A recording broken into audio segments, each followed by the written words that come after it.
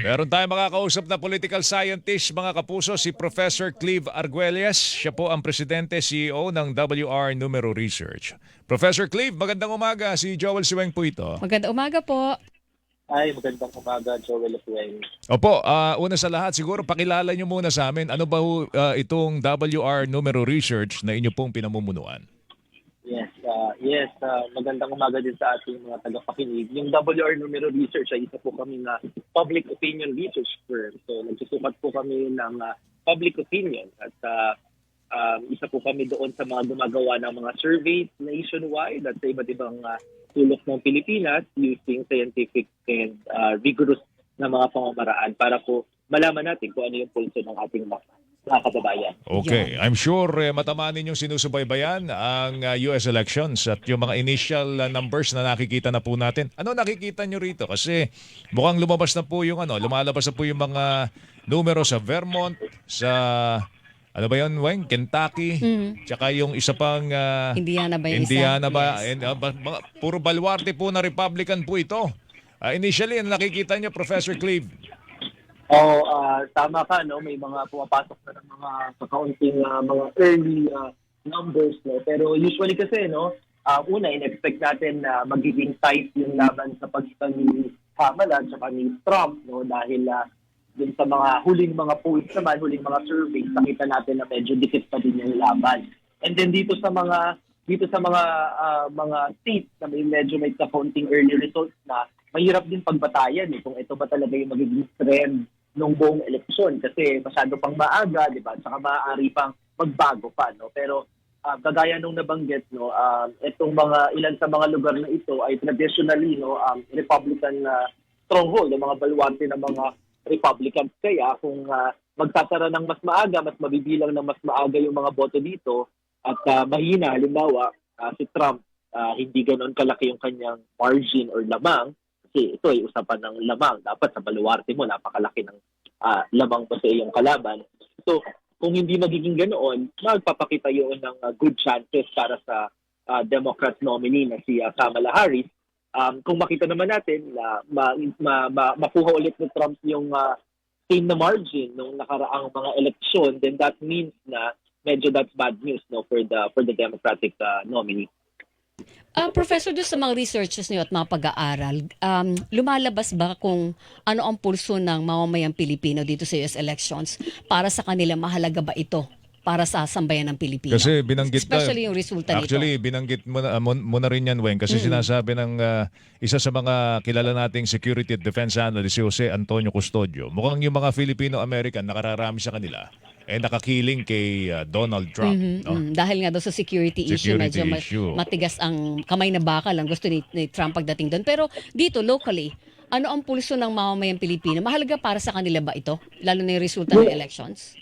Oh yes, we're happy to share, no, na actually noong September 2024 nagsagawa kami ng survey. So hindi ito ngayong buwan, no. So medyo nung nakaraang panahon pa. Pero gumawa kami ng isang national survey. This is sa buong Pilipinas ito at national representative. At lumalabas actually na kakaunti may bahagya na ahead si Donald Trump, no, na maraming mga Pilipinong nagsasabi na si Donald Trump, like 18%, no, ay kung manalo si Donald Trump bilang presidente, nakakabuti ito sa interes ng Pilipinas. Ang nagsasabi naman ng si Kamala Harris ay 13.9%. So, magkalapit lang. Pero I think yung pinakamahalagang finding namin, ang tinanong namin ito nung aming survey ay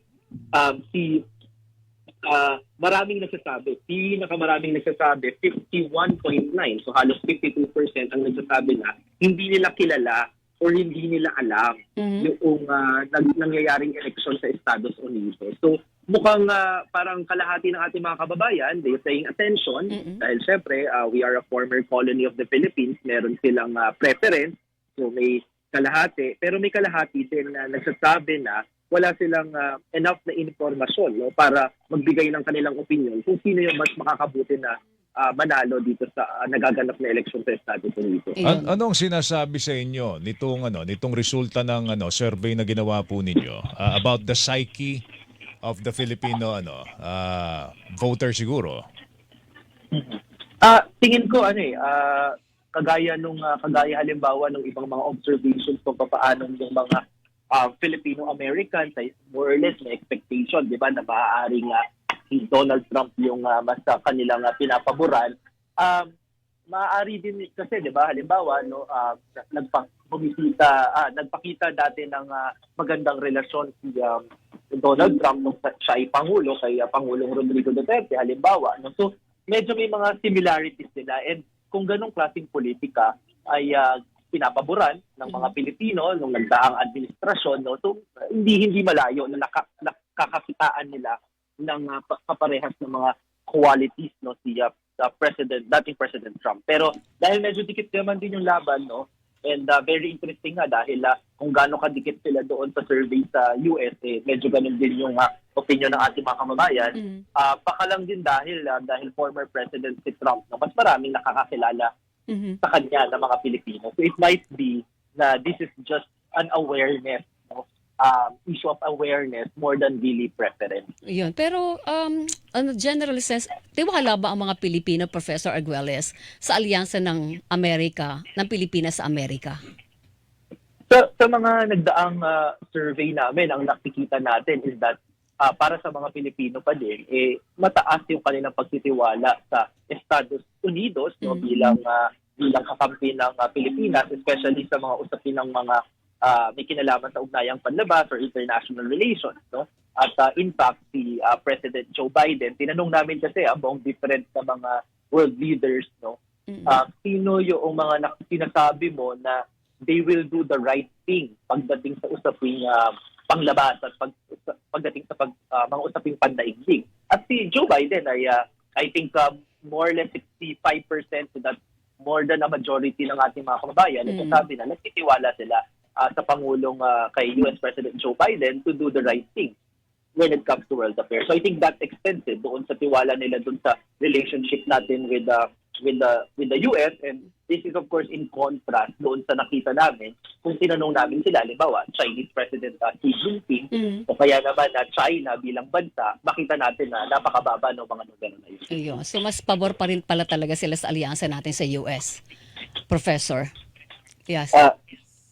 Yes, no, yan ang dahil din dun sa bukod sa colonial ties natin, may napakalaking number din ng mga Filipino, hindi lang Filipino-Americans but overseas Filipino workers din sa Estados Unidos. Kaya binabantayan natin itong eleksyon din kasi may mga epekto ito dito sa ating sariling bansa. Regardless ba kung sino manalo, Republican o Democrat, a boy o a girl, A lady or a man. yan ba ay masisilbihan din yung interest ng mga Pinoy kung sino man ang manalo rito?